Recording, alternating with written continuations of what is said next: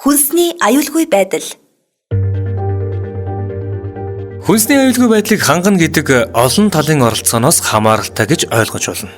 Хамгийн гол нь бүтээгдэхүүн хэрэглэгчийн эрх ашигыг хамгаалах ёстой.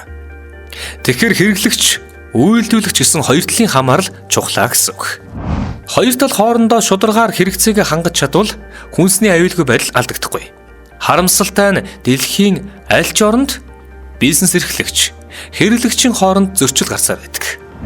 Тиймээс зохицуулах үүрэгтэй 3 дахь этгээд төр оролцож нийт хүн амын аюулгүй байдлын талд зогсдог юм. Энэ нь зөвхөн хэрэглэгчийн тал гэсэн үг биш.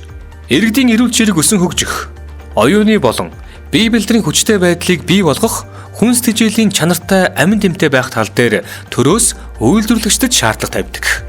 Харин хэрэглэгч бид бүтээгдэхүүнийхээ чанарт дэлхийн хэрэглэгчид ямар шаардлага тавьдаг, тэр л шаардлагыг тавьдаг байх хэрэгтэй. Бид л өндөр шаардлага тавихад үйлдвэрлэгчид бүтээгдэхүүнийхээ чанарт анхаарч эхлэн шүү дээ. Энэ чиг үүргийн дагуу стандарт хэмжилсэн газраас 6500 гаруй стандартыг баталсан байдгаас 300 гаруй нь хүнсний салбарт хамааралтай. Тэгэхээр хэрэглэгч бид л энэхүү стандартын ач холбогдлыг ойлгож өдөр тутамдаа шаардаж хэвснээр эрүүл чанартай бүтээгдэхүүн хэрэглэх боломж бүрдэх юм аа.